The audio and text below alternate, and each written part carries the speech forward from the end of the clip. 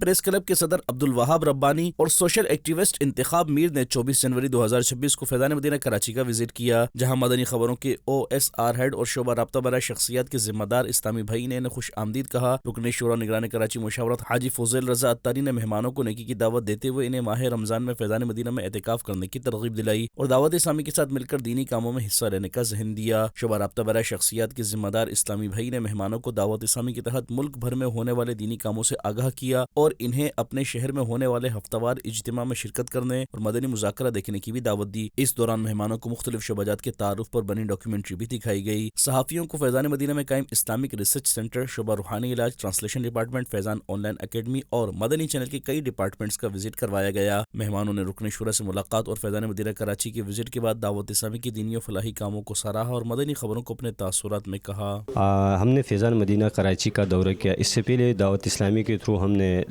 فیضان مدینہ لاہور میں بھی وزٹ کی، جس میں گلگت بلتستان کے جرنلسٹ اور ٹیچر حضرات کے ساتھ وزٹ کیا تھا۔ اب ہمیں یہاں یہ شرف حاصل ہوا فیضان مدینہ کراچی کا، یہاں ہم نے تمام شعبہ جات ہیں، جتنے بھی ڈپارٹمنٹ ہیں، ان کا تفصیلی وزٹ کیا اور بالخصوص ہمیں جو رابطہ کیا میڈیا ڈپارٹمنٹ سے وابستہ ہیں، عثمان بھائی کا ان کا اور ٹیم کا، انہوں نے رابطہ کیا تھا اور یہاں آئے وزٹ کیے۔ اور دعوت اسلامی بہترین ایک کام کر رہی ہے مثبت انداز میں دین اسلام کے لیے۔